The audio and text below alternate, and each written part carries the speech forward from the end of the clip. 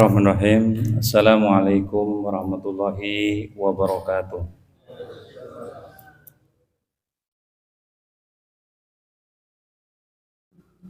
Alhamdulillah, wassalatu wassalamu ala rasulillah wa ala alihi wa ashabihi wa man wala. Asyhadu an la ilaha illallah wahdahu la syarikalah wa asyhadu anna Muhammadan abduhu wa rasulullah nabiyya wa la rasula ba'dah. Usikum wa iyaya bittaqullah wa qad fazal muttaqun. Qad qala Allah Ta'ala ya ayyuhalladzina amanu taqullaha haqqa tuqatih wa la tamutunna illa wa antum muslimun. Baik, hadirin rahimakumullah. Tema kita malam hari ini adalah pengantar akidah, ya, pengantar akidah. Ini penting karena kita melihat kajian akidah ini mungkin tidak terlalu banyak karena materinya materi berat ini. Materi berat, terus kadang itu banyak menyinggung keyakinan atau tradisi. Tetapi ini sebenarnya bagian dari misi yang dibawa oleh para nabi dan rasul. Makanya penting ya. Hadirin rahimakumullah. Selama ini kita sering mendengar kata akidah. Namun sebenarnya dari kata apa akidah? Akidah berasal dari kata ya, aqoda yaqudu, ya. Nanti ada berubah menjadi i'taqoda, ada alif, ada ta menjadi i'taqoda. Baik. Jadi secara bahasa aqidah ya, itu berasal dari kata al-aqdu yang artinya apa? Ikatan ya. Juga berarti at-taufiq ya. At-taufiqu yaitu kepercayaan atau keyakinan yang kuat. Ya. Juga artinya al-ihkam ya, yaitu mengokohkan atau menetapkan. Ya, bisa diartikan juga ar-rabtu biquwah, robato, ya, mengikat. Jadi mengikat dengan kuat. Jadi kalau seseorang itu punya akidah kuat, berarti dia punya ikatan yang kuat. Ya, ikatan yang kuat. Adapun secara istilah, ya, terminologi, akidah berarti iman yang teguh dan pasti, ya, yang tidak ada keraguan sedikit pun bagi orang yang meyakininya. Ini pengertian secara istilah, iman yang teguh dan pasti yang tidak ada keraguan sedikit pun bagi orang yang meyakininya. Ya. Makanya orang di luar Islam itu juga punya akidah. Akidahnya apa? Akidahnya misalkan sosialis, mereka kuat sekali dengan sosialis. Nah, dalam hal ini kita ini belajar akidah Islamiyah. Nah, akidah Islamiyah adalah keimanan yang teguh dan bersifat pasti kepada Allah Subhanahu wa taala dengan segala pelaksanaan kewajiban, bertauhid atau mengesahkan dan taat kepadanya, serta beriman kepada malaikat-malaikatnya, beriman kepada rasul-rasulnya, beriman kepada kitab-kitabnya, beriman kepada hari akhir, juga beriman kepada takdir. Ada takdir baik, ada takdir buruk, ya. Serta mengimani seluruh apa-apa yang telah sahih dalam arti benar tentang prinsip-prinsip agama, yaitu usuluddin, pokok-pokok agama, juga menyangkut perkara-perkara yang gaib, ya. Dan beriman kepada apa yang menjadi ijma, yaitu konsensus dari salafus saleh, ya.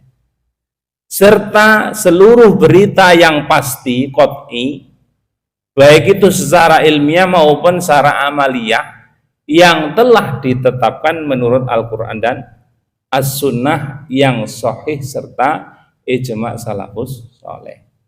Jadi bisa juga secara lebih ringkas, akidah secara syariat itu adalah berisi rukun iman.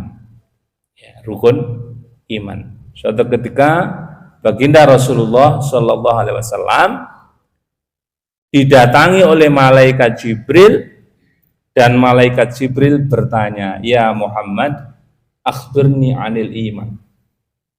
Ya. Lalu kemudian Nabi Muhammad SAW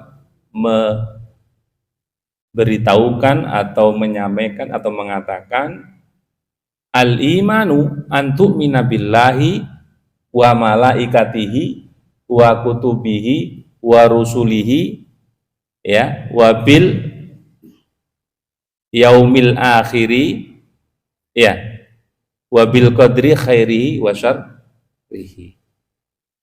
Baik, hadirin rahimakumullah. Nah, ini pengertian akidah secara bahasa maupun secara syariat. Nanti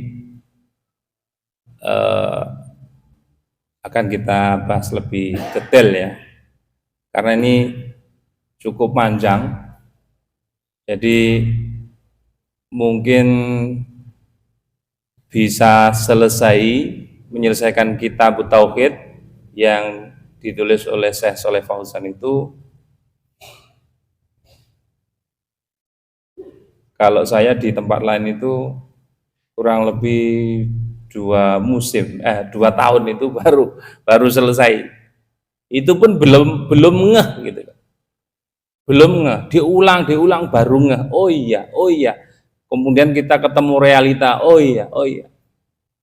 Sehingga dengan belajar akidah, dengan belajar tauhid yang benar, kita akan mengambil sikap yang bijak, tidak langsung serta-merta, ya kan?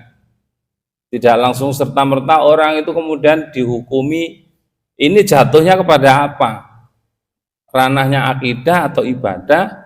Ini jatuhnya bid'ah apa syirik, itu nanti tahu, tidak dikebiau ya. Jadi seseorang melakukan amalan yang bid'ah kemudian dikatakan syirik, ya ini juga keliru. Ini rahimahullah, pentingnya belajar akidah, ya. Akidah yang benar adalah pondasi bagi bangunan agama serta merupakan syarat sahnya amal. Amal kita ini ya akan diterima oleh Allah Subhanahu wa taala bila akidahnya lurus benar. Tapi sebaliknya, bila akidahnya salah, menyimpang, melakukan kesyirikan syirkul akbar, maka amal yang baik yang tadinya sudah dikerjakan itu bisa sirna. Firman Allah Subhanahu wa taala, "Qul," katakanlah, "innama ana basyarum mitslukum." Ya. Sesungguhnya hanya saja aku ini manusia seperti kalian. Yuha ilayya, bedanya telah diwahyukan kepadaku, annama, bahwasanya ilahukum ilahun wahid. Ilah kalian adalah ilah yang esa, yang satu. Maka faman kana yarju liqa rabbi, siapa yang mengharap perjumpaan dengan Tuhannya, falyamal amalan sholiha, maka hendaklah dia melakukan atau mengerjakan amal kebaikan, amal ketaatan dalam Islam, wala yusyrik, jangan sekali-kali menyekutukan bi ibadati rabbi ahada, dengan seorang pun dalam beribadah kepada Tuhannya. Maka hadirin rahimakumullah, ketika kita lihat di sini, orang yang mengharap perjumpaan dengan Tuhannya, maka yang pertama dia harus ya'mal amalan sholihah, mengerjakan amal sholih, amal kebaikan, ya. Artinya melakukan ketaatan-ketaatan dalam Islam, dan sekali-kali wala yusyrik bi ibadati rabbihi ahada, jangan melakukan syirik kepada Allah dalam beribadah kepada Allah dengan seorang pun. Nah, ini saking pentingnya Bahkan di dalam surat Az-Zumar ayat 65 Allah Subhanahu wa taala berfirman, "Walaqad uhiya ilaika," sungguh telah diwahyukan kepada engkau hai Muhammad, "wa ilal ladzina min qablika," dan telah diwahyukan kepada orang-orang sebelum kalian, "la in asyrokta," sungguh jika kamu berbuat syirik, menyekutukan Allah, dalam arti syirkul akbar. Nanti kita kalau bicara syirik itu terbagi lagi, ada syirik akbar, ada syirik asghar, syirik khafi. Maka lain asrokta, jika kamu menyekutukan Allah, layah batonna, sungguh benar-benar akan sirna amaluka, amal kebaikanmu, walatakunanna, dan sungguh kamu akan benar-benar menjadi minal khasirin, termasuk orang-orang yang rugi. Karena apa? Hadirin rahimakumullah, karena perbuatan syirik kepada Allah Subhanahu wa taala. Nah, makanya para sahabat itu takut sekali. Sampai-sampai Rasul mengatakan, "Inna akhwafa ma akhafu alaikum asyirkul asghar," ya. Sungguhnya aku khawatirkan kepada kalian itu syirik kecil, ya. Nah, hadirin rahimakumullah. Jadi gara-gara perbuatan syirik kepada Allah Subhanahu wa taala itu mengakibatkan amal kebaikannya itu bisa sirna. Bisa sirna.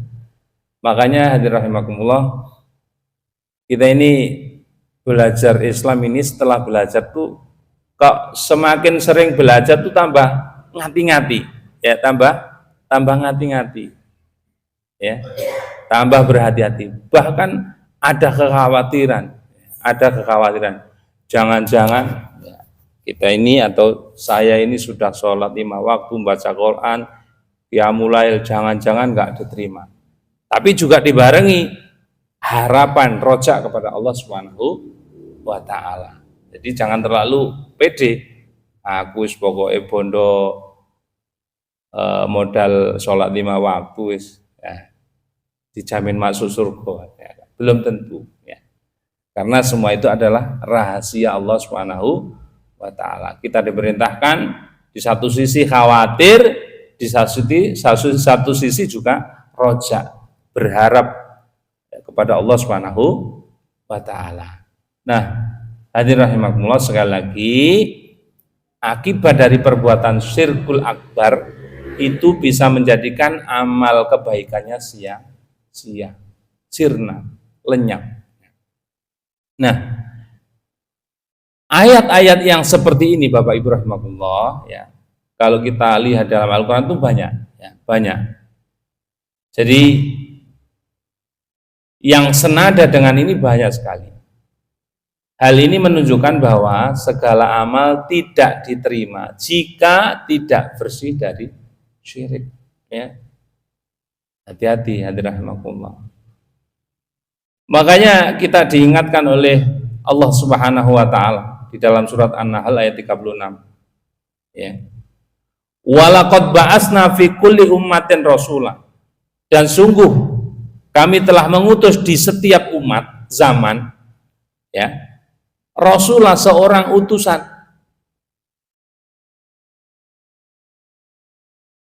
Ya, pada saat zamannya Nabi Nuh, ya. Kemudian zaman setelahnya, ya kan, kalau kita urut Adam, Idris, Nuh, Hud, Saleh, dan terus sampai kepada Nabi Muhammad SAW. Setiap zaman ada Nabi, setiap zaman ada Rasul. Apa misi mereka? Setiap Nabi, setiap Rasul tadi dikasih misi oleh Allah, ani'budullaha, mengajak kaumnya sembahlah Allah saja, tauhidkan Allah saja, tunduklah, patuhlah kepada Allah saja, wajtanibu taghuta, dan jauhilah taghut. Taghut itu dari kata tagho, melampaui batas. Pengertian yang masyhur, kullu ma yu'badu min dunillah, setiap apa saja yang diagungkan selain Allah Subhanahu wa taala. Ya, bisa orang, bisa benda. Kalau orang contohnya siapa? Fir'aun diagungkan oleh sebagian orang. Kalau benda, berhala diagungkan oleh. Nah, hadirin rahimakumullah. Nah, di sini ada dua misi. Anikbudullah ini tauhid, ibadatullah, menyembah hanya kepada Allah saja. Ijtinabut tauhid, menjauhi segala macam bentuk kesyirikan. Ini yang dibawa oleh para nabi rasul kemana-mana ini. Kita lihat Nabi Muhammad SAW, ya, ketika fase pertama dakwah di Mekah selama kurang lebih 13 tahun, menanamkan akidah, menanamkan tauhid, ya. Sebelum Rasulullah, ya, berdakwah di Mekah, itu namanya Ka'bah itu, ya, dipajangi berhala-berhala, ya. Ma'asyiral muslimin rahimakumullah. Ini misi para nabi dan rasul. Ya, saking pentingnya. Sampai-sampai kalau kita lihat kisahnya Nabi Ibrahim itu dalam menjaga kebersihan, kemurnian tauhidnya itu. Nabi Ibrahim itu ketika hendak dilemparkan ke dalam kobaran api, dia didatangi oleh malaikat, ya Ibrahim, ya. Mungkin bahasa kita, usah itu kak, aku mau membantu kamu. Fama dataro, gimana pendapatmu? Kata Ibrahim, hasbunallah wa ni'mal wakil, ni'mal maula wa ni'mal nasir. Hasbunallah, ya, cukuplah Allah sebagai pelindungku, cukuplah Allah sebagai pemeliharaku, cukuplah Allah sebagai penolongku. Ni'mal maula wa ni'man nasir. Itu dalam rangka membersihkan tauhid. Dia tidak butuh bantuan makhluk sama sekali, dan dia hanya pasrahkan dirinya hanya kepada Allah Subhanahu wa taala. Maka buah dari tawakal yang sempurna itu, kemudian Allah memberikan pertolongan. Ya naru, wahai api, kuni barda, jadilah kamu dingin. Itulah biasa. Kita pernah mendengar, wa may yatawakkal 'ala Allah fa huwa hasbuh. Siapa yang bertawakal kepada Allah, Allah akan mencukupinya. Ya. Syaratnya tawakal, Pak. Tapi kalau nggak tawakal ya nggak cukup-cukup. Nah, hadirin, ini pentingnya kita mempelajari akidah atau tauhid, ya. Adapun sumber-sumber tauhid, sumber-sumber akidah yang benar, ya.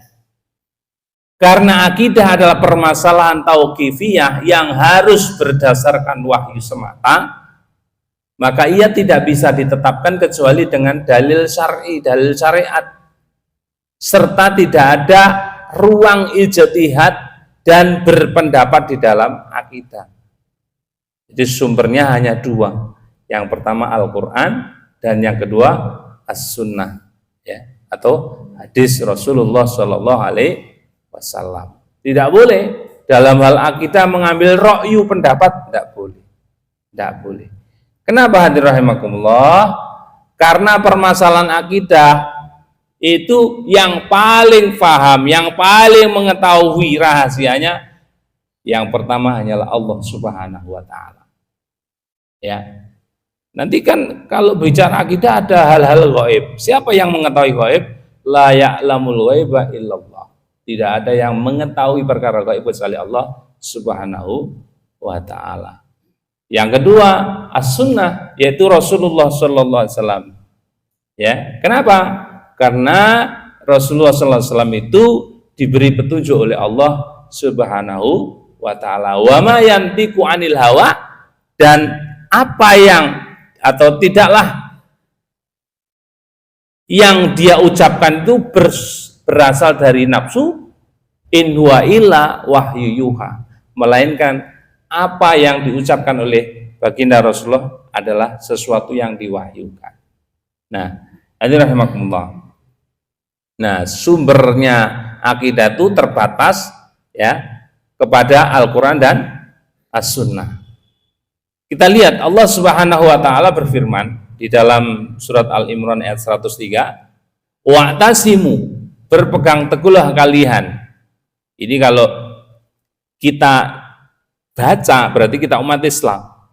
Berpegang teguhlah kalian bihablillahi jami'a, dengan tali Allah, dengan agama Allah Subhanahu wa ta'ala. Kalau agama Allah berarti sumbernya Al-Quran dan sunnah Rasulullah Shallallahu Alaihi Wasallam. Wala tatafarraqu, jangan kalian berpecah belah, bercerai-berai.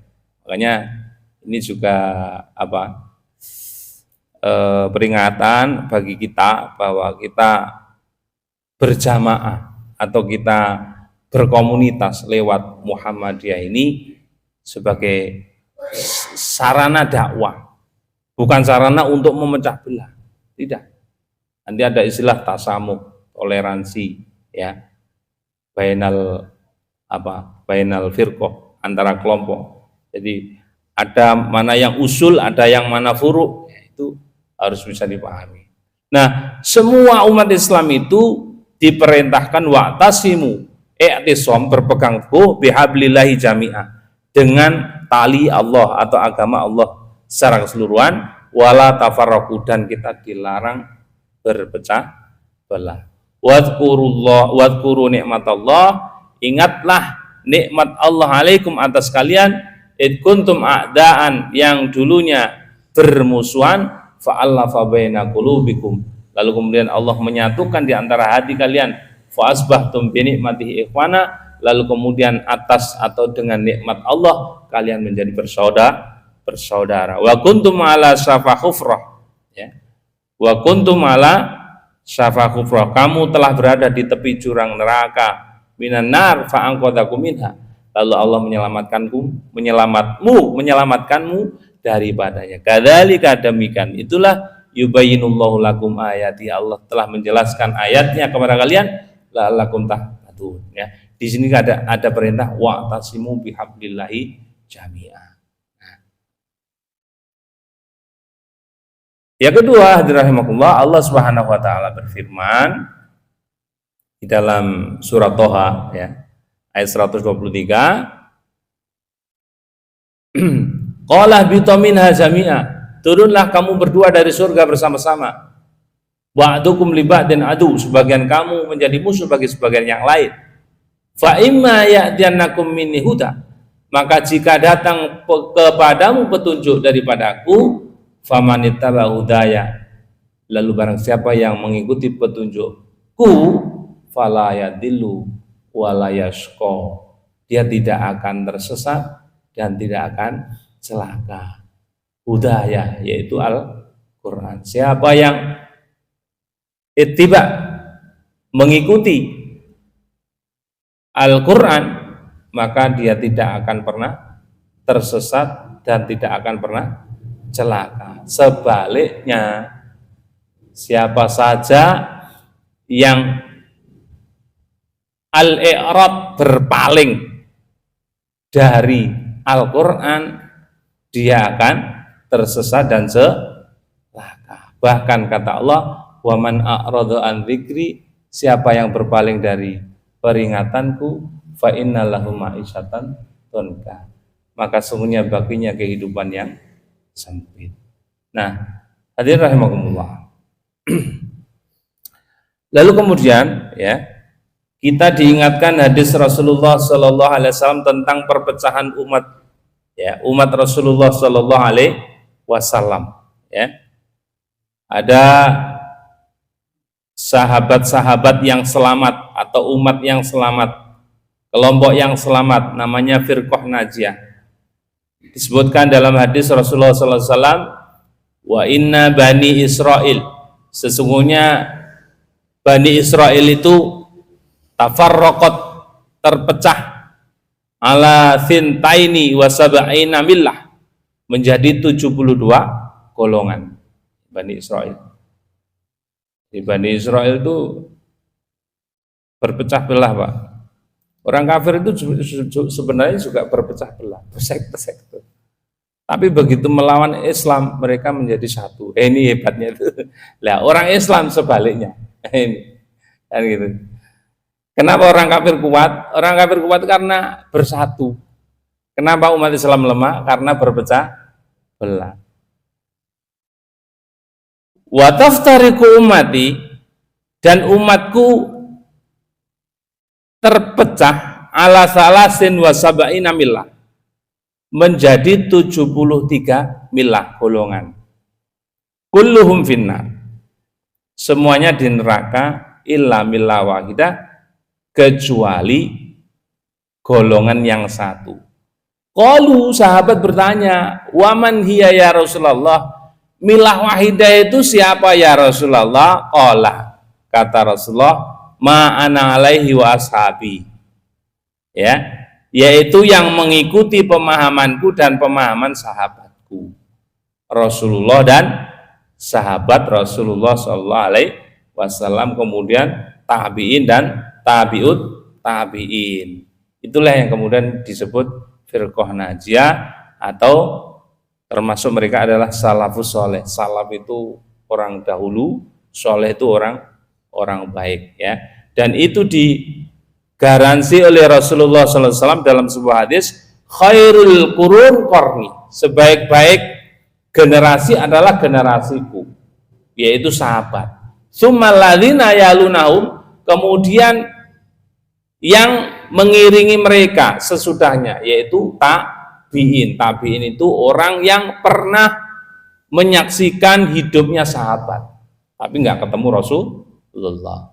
Tsummal ladzina yalunahum, kemudian tabi'ut tabi'in yang pernah bertemu dengan tabi'in tapi tidak pernah bertemu dengan sahabat. Nah, 3 generasi, 3 kurun ini disebut oleh Rasulullah Shallallahu Alaihi Wasallam. Mereka adalah khairul kurun, generasi terbaik, ya, sepanjang zaman. Nah, hadirin rahimakumullah, firqah najiyah bisa juga di sini disebut ahlus sunnah wal jamaah.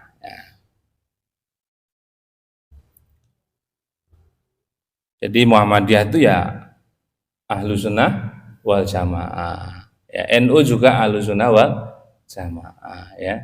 Al-Irsyad juga, ya. Cuman beda dalam beberapa hal, dalam hal furu', ya. Baik, hadirin rahimakumullah, penyimpangan akidah dan penanggulangannya, ya.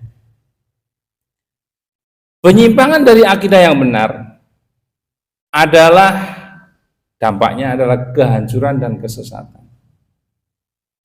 Hari ini kita menyaksikan, Bapak Ibu rahimakumullah, ya, akidahnya orang Yahudi, akidahnya Zionis, kemudian membuahkan atau berdampak kehancuran rakyat Palestina, khususnya Gaza.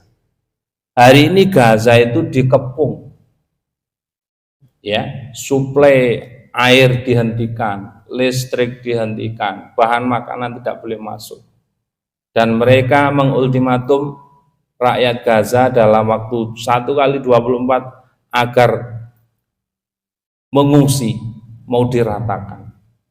Nah, hadirin rahimakumullah, jangankan membunuh rakyat satu kota, membunuh nyawa satu saja, ya, itu luar biasa. Jadi penyimpangan akidah itu menghasilkan kehancuran dan kesesatan, ya, sesat, ya, karena akidahnya salah, akhirnya menghasilkan kesesatan, ya. Hadirin rahimakumullah, tanpa akidah yang benar, seseorang akan menjadi mangsa bagi persangkaan dan keraguan yang lama-kelamaan mungkin menumpuk dan menghalangi dari pandangan yang benar terhadap jalan hidup kebahagiaan. Sehingga hidupnya terasa sempit, lalu ia ingin terbebas dari kesempitan hidup itu dengan menyudahi hidupnya. Kenapa orang mudah bunuh diri? Karena akidahnya nggak kuat, akidahnya nggak benar. Dikira kalau udah bunuh diri itu masalahnya selesai. Belum selesai. ya di akhirat masalahnya menanti. Nah, hadirin rahimakumullah,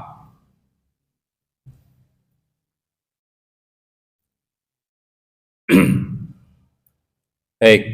Jadi singkat cerita, ringkasnya, penyimpangan-penyimpangan akidah itu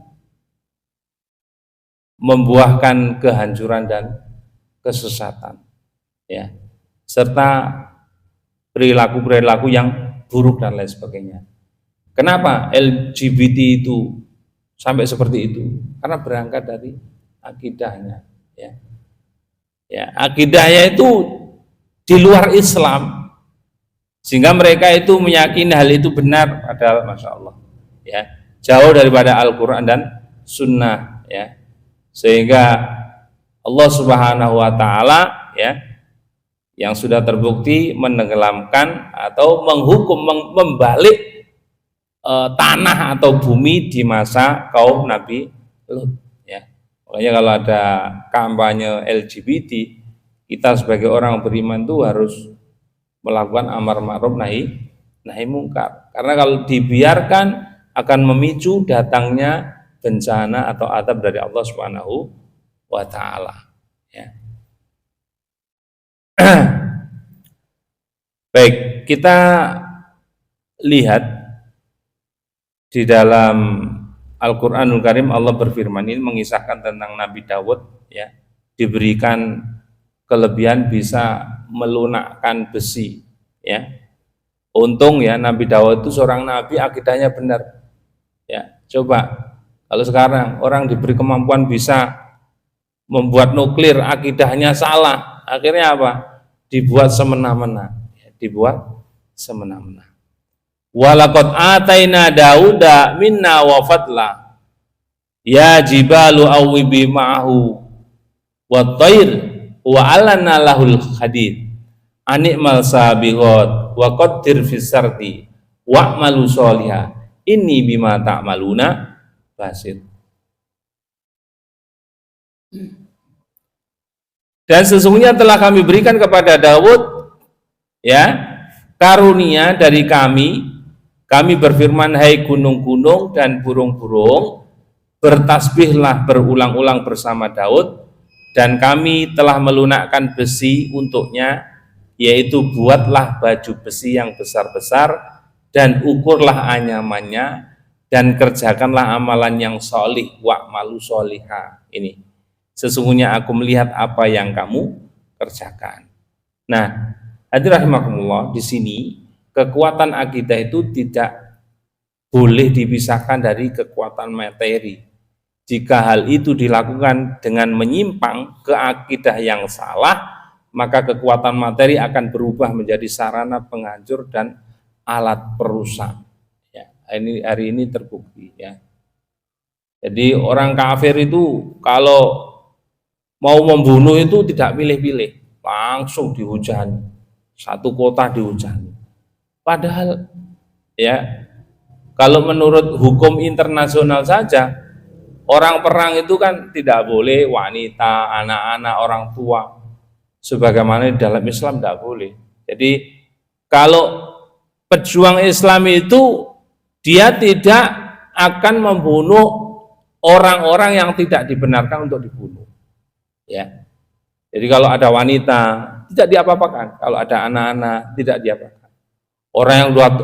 Orang yang sudah tua renta, bukan seorang militer, tidak diapa-apakan. Tapi kalau orang kafir memusuhi umat Islam, ya, tidak hanya pejuang Islamnya yang dihabisi, semuanya, ya, semuanya. Di Myanmar itu, waduh, manusia itu kayak disundui kayak sate. Kalau lihat videonya, itu kenapa? Karena penyimpangan akidah, ya, akidahnya batil, ya. Tidak ada keimanan kepada Allah Subhanahu wa Ta'ala. Ini sudah hisab, Pak, ya. Baik, hadirin rahimakumullah, saya persingkat, ya, supaya ada gambaran. Adapun sebab-sebab penyimpangan akidah, ya, kenapa? Yang pertama, al-jahlu, yaitu kebodohan terhadap akidah yang benar. Karena tidak mau atau enggan mempelajari dan enggan mengajarkannya, ya. Nggak mau belajar Islam, nggak akan ngerti akidah yang benar. Nggak ada yang mau mengajarkan akidah, akhirnya masyarakat juga nggak paham. Dan kurangnya perhatian dalam masalah akidah. Padahal penting akidah itu, penting. Ya, penting. Secara pribadi saja orang yang akidahnya tadi menyimpang, melakukan kesyirikan kepada Allah Subhanahu wa taala, amal kebaikannya bisa sirna. Nah, hadirin rahimakumullah, sehingga perlu ini, ya. Yang kedua, ta'assub atau fanatik kepada sesuatu yang diwarisi dari bapak dan nenek moyangnya, ya. Kita ini banyak di masyarakat itu ada amalan-amalan yang kalau dilihat dari kacamata syariat Islam itu menyimpang, ya.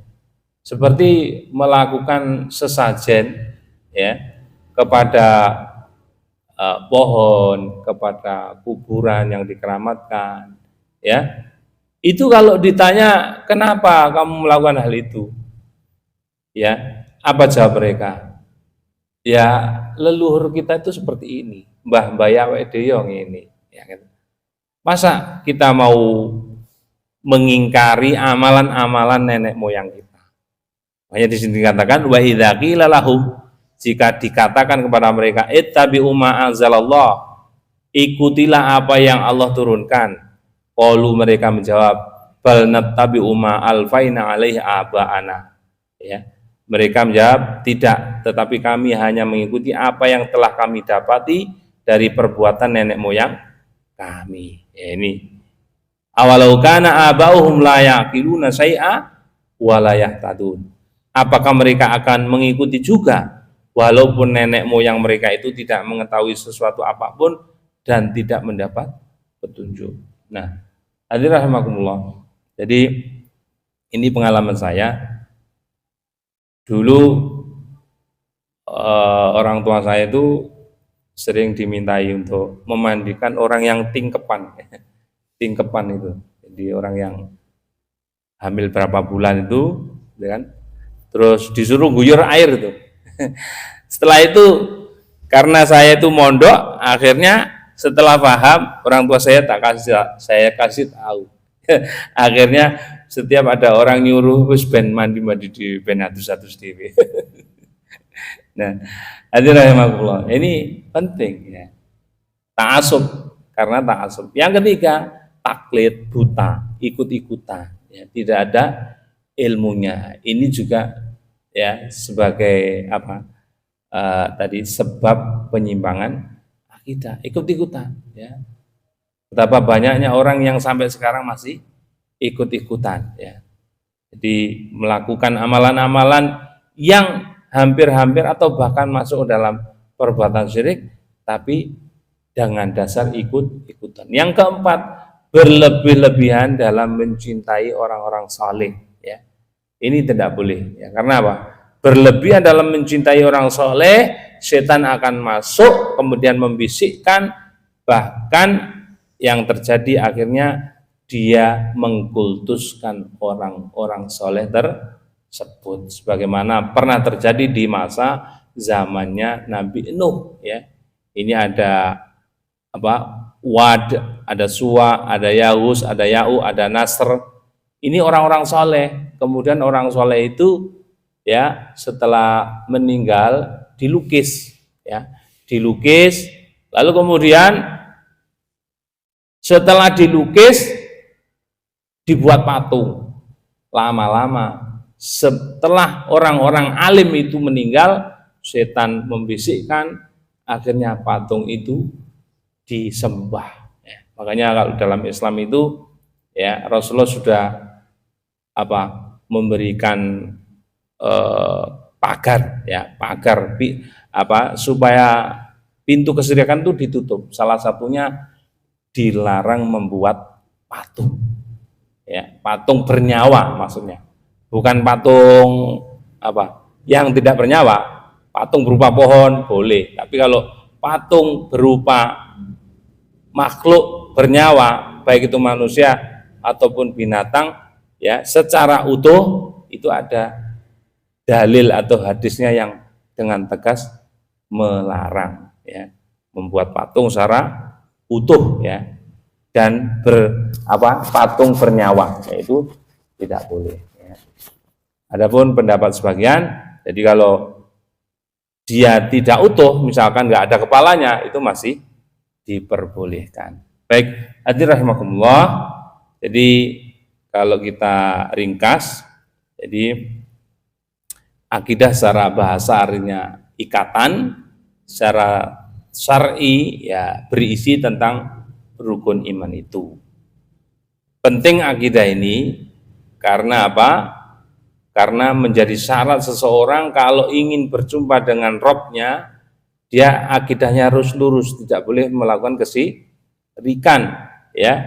Kemudian akidah ini adalah materi utama para nabi yang disampaikan kepada kaumnya.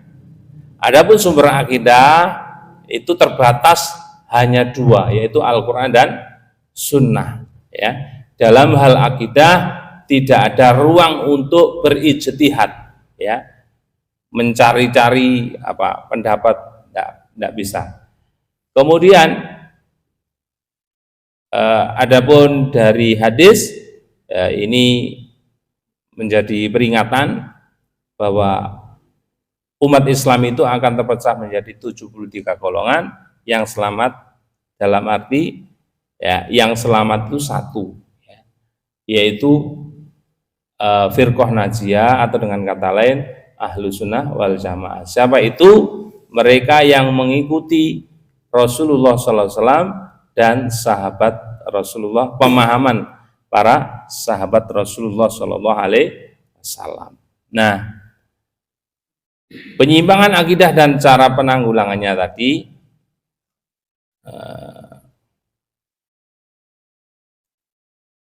sebab-sebab penyimpangan, yang pertama karena kebodohan, yang kedua karena fanatik, ya, fanatik terhadap leluhur, kemudian taklid buta, ya, ikut-ikutan, nggak ada ilmunya, ya. Yang keempat ada gulu. Yang kelima itu lalai terhadap perenungan ayat-ayat Allah Subhanahu wa Ta'ala. Ini penyebabnya, ya. Nah, hadirin rahimakumullah, cara menanggulangi penyimpangan itu gimana? Yang pertama, kembali kepada Al-Quran dan Sunnah Rasulullah Shallallahu Alaihi Wasallam, ya. Makanya, ya, Bapak Ibu sekalian, kalau mengikuti kajian-kajian Al-Quran, kajian tafsir, itu bagus sekali. Mengikuti kajian hadis, ya, misalkan kita kitab Sahih Bukhari, ya, Sahih Muslim, itu bagus sekali karena kembali kepada Al-Quran dan Sunnah, ya. Yang kedua, memberi perhatian dalam pengajaran akidah yang benar, akidah sahihah, ya, di berbagai jenjang pendidikan. Jadi makanya kalau yang berkecimpung dalam pendidikan itu dirancang, dimasukkan pelajaran akidah sesuai dengan level mereka berpikirnya, ya, tingkat TK, SD, SMP.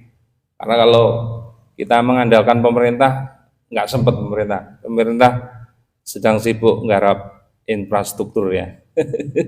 Jadi nggak sempat bahas akidah pemerintah ini.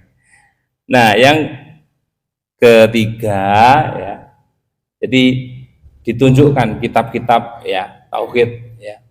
Kemudian ini peran para dai agar meluruskan akidah. Jadi mohon maaf, ini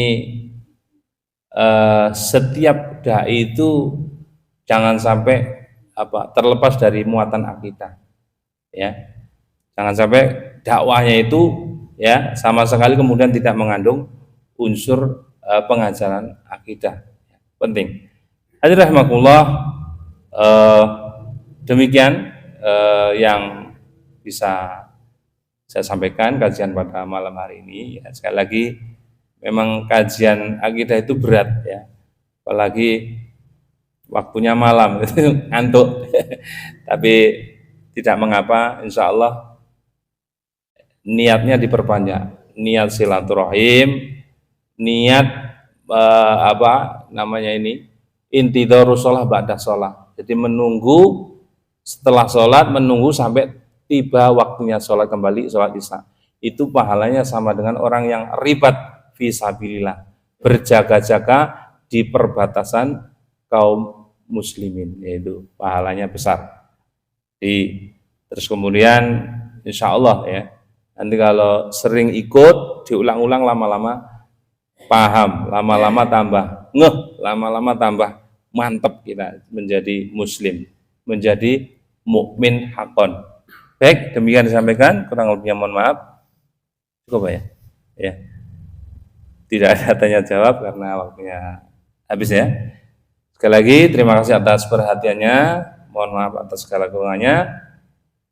Wal afu minkum subhanakallahumma bihamdika asyhadu an la ilaha illa anta astaghfiruka wa atubu ilaik. Assalamualaikum warahmatullahi wabarakatuh.